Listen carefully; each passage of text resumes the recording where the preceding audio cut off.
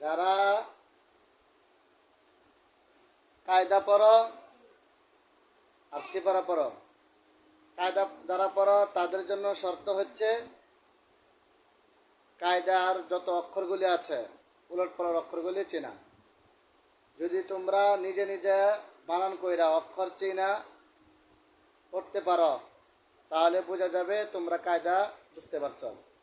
এই জন্য কায়দার প্রথম 3 পৃষ্ঠা, প্রথম পৃষ্ঠার মধ্যে তালিফ বা আছে, দ্বিতীয় পৃষ্ঠার মধ্যে তোমার একটা অক্ষর কয়ভাবে লিখতে হয়, 3 বা আস্তা বা বাঙ্গা বা জোড়া বা আছে না।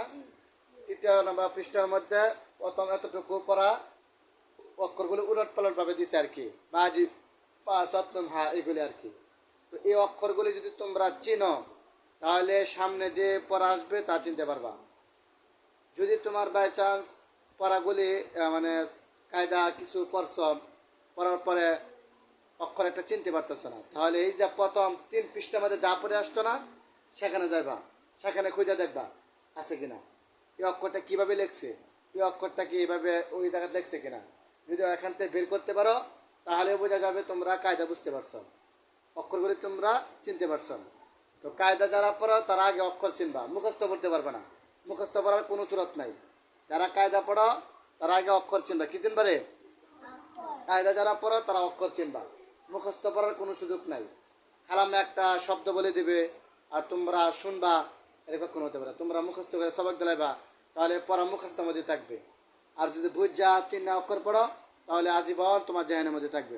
আর আমপাড়া যারা পড়ো, প্রথম শর্ত হচ্ছে অক্ষরগুলি তো ভালো করে পড়বা, অক্ষরগুলি সুস্পষ্টভাবে উচ্চারণ করবা। কত বুঝতে ভিতরে রাখতে না, যেখানে গুন্না আছে গুন্না ভালো করে পড়বা। যেমন অজীব গুন্না, অজীব গুন্না যেন কাকে বলে? হরকতের বামে তাসদিদ হইলে অজীব গুন্না, যেমন আম্মা, বুঝো না? এই অজীব গুন্নাগুলি সুন্দরভাবে করবা, অজীব গুন্নাগুলি সুন্দরভাবে তোমরা করবা। তো এই অজীব গুন্না যদি তোমরা আগে গুন্না ঠিক রাখবা, দেখবা কোন জায়গার হরকতের বামে নুন এবং মিমের মধ্যে কি কি, নুন এবং মিমের মধ্যে তাসদিদ আছে কিনা। হরকতের বামে দেখবা নুন আছে কিনা, মিম আছে কিনা। হরকতের বামে নুন এবং মিম আসলে তার তাসদিদ থাকবে, বুঝতে হবে এখানে অজীব গুন্না হয়েছে। গুন্না করে কি করতে হবে? পড়তে হবে, গুন্না করে পড়তে হবে। এখানে গুন্না করে পড়া কি? অজীব। গুন্না করে পড়া অজীব। তো অজীব গুন্নাটার বিষয় বুঝছো? অজীব গুন্নার বিষয় হচ্ছে যদি পড়া অবস্থায় অজীব গুন্নার কোনো কায়দা আসে, একটা শব্দ আসলে হরকতের বামে নুন অথবা মিমের মধ্যে তাসদিদ আছে, তাহলে এটা বুঝতে হবে এখানে অজীব গুন্না হয়েছে। গুন্না সহিত পড়তে হবে, কিয়ার সহিত পড়তে হবে? গুন্নাহের সহিত পড়তে হবে। আমার দিকে তাকাও, গুন্না সহিত। হ্যাঁ, আচ্ছা এসারে পড়। তো গুন্নার পর গুন্না করে পড়তে হবে। তারপরে তো এই কথাটা বুঝছো নি, অজীব গুন্নার নিয়মটা বুঝছো? এটা যারা সিফারা পড়ো তারা পড়া অবস্থায় এটা ভালো করে লক্ষ্য করবা। এখানে তো কেউ কোরআন শরীফ পড়নেওয়ালা নাই, ওই রুমে আছে আর কি। তো এখানে যারা সিফারা পড়ো তারা এটা লক্ষ্য করবা হরকতের বামে নুন এবং মিমের মধ্যে তাসদিদ হয়েছে কিনা। যদি হয় তাহলে বুঝতে হবে এখানে কি গুন্না? অজীব গুন্না। এখানে গুন্না করে পড়তে হবে। তারপরে খালাম্মা, তোমাদের আলেমা খালাম্মা মাত পড়েছে না? মাত মোট কত প্রকার? 10 প্রকার। তো একালিফ মাত, এই মাতগুলি জাহানের মধ্যে লাগবা। একালিফ মাত কত প্রকার, তারপরে 3 আলিফ মাত কত প্রকার, 4 আলিফ মাত কত প্রকার, এগুলি তো আমি পড়াইছি। 4 আলিফ মাত আমি পড়াই নাই? 3 আলিফ মাত আমি পড়াইছি না? বলো তো দেখি 3 আলিফ মাত কত প্রকার? কি কি? মধ্যে আরজি, মধ্যে মুনফাসিল। মধ্যে আরজি কাকে বলে? মাদের হরফে বামে হরফে মধ্যে আরজি 3 আলিফটা নিয়ে পড়তে হয়, যেমন আজিম। হ্যাঁ, আর মাদের হরফের উপরে চিকন চিহ্ন বামে হামজা, মধ্যে মুনফাসিল 3 আলিফটা নিয়ে পড়তে হয়, যেমন লা ইলাহা। তো 4 আলিফ মাত পড়ালাম।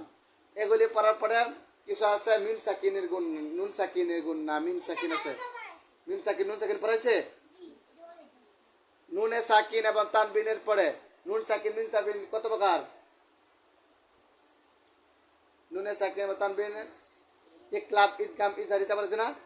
ইকলাব ইদগাম ইজহার ইতফা, ইদগামে বাগুন না, ইদগামে বেলাগুন না, এটা পড়েছে না? তো এগুলো লক্ষ্য করা। ইদগামে ইকলাবের হরফ কয়টা? কি? বা। ইকলাবের হরফ শুধু একটা, যেমন মিম, মিম বাদে, মিম বাদে। পরে ইকলাবের পরে কি ঈদগাম। ঈদগাম কত প্রকার? ঈদগাম কত প্রকার? ঈদগাম 6 প্রকার। ঈদগামের হরফ 6টি। ঈদগামের হরফ কয়টি? কি কি ঈদগামের হরফ কি?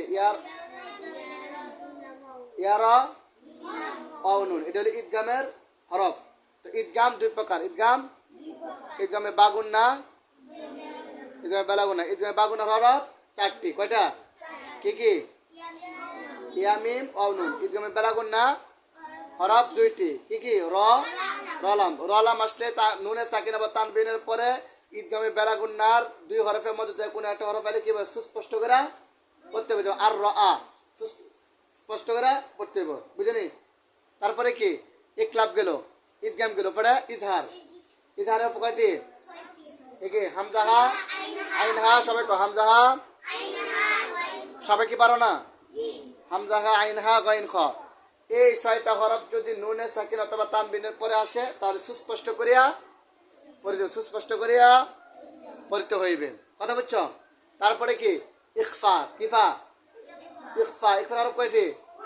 কি কি? বাবা তাও এই 15টা হরফ যদি নুনে সাকিন অথবা তানবিনের পরে আসে কিভাবে পড়তে হইব? পড়ো, বলো কিভাবে পড়তে হইব? ইকফার 15টা হরফ যদি নুনে সাকিন অথবা তানবিনের পরে যদি আসে, বলো। হ্যাঁ, ইকফার হরফ যদি ইজহার কইছে, আমি না ইকফা কইছি। ইকফার হরফ কি? 15টা হরফ যদি নুনে সাকিন তানবিনের পরে আসতে ভুলে গেছো কেন? গুণা শীত পড়তে হবে না? হ্যাঁ, যেমন গুণা করো তো, এই যে নুনে সাকিন অথবা তানবিনের বামে ইকফার 15 হরফে যা কোন হরফ নুনে সাকিন ইকফা নাকের ভিতরে লুকায়া গুণা শহীদ পড়তে হবে। সা মিন জু। হ্যাঁ, এটা বলেছে না? আচ্ছা, নুনে সাকিন বা তানবিনের আহকাম। নুনে সাকিন বা তানবিন কয় প্রকারে পড়া যায়? 4 প্রকারে। ইকলাব, ইদগাম, ইজহার, ইকফা। নুনে সাকিন বা তানবিন কত প্রকারে পড়া যায়?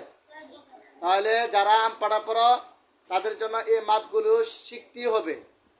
যদি নাও শিখো তাহলে কিন্তু তোমরা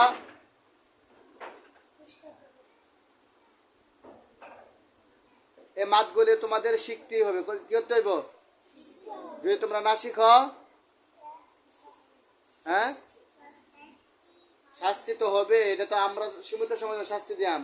কোরআন শরীফ পড়ে কোনো মজা পাইতে না, সেপারা পড়ে কোনো মজা পাইতে না। কারণ তোমার এই মাতগুলি হচ্ছে লবণের মতো। তরকারির মধ্যে লবণ না হলে কেমন লাগে? শুকা লাগে, মিষ্টি লাগে, কি লাগে? তরকারি তো লবণ হইলো না তাহলে কেমন লাগে? 5 মিনিট আছে। হ্যাঁ, বলে দরবার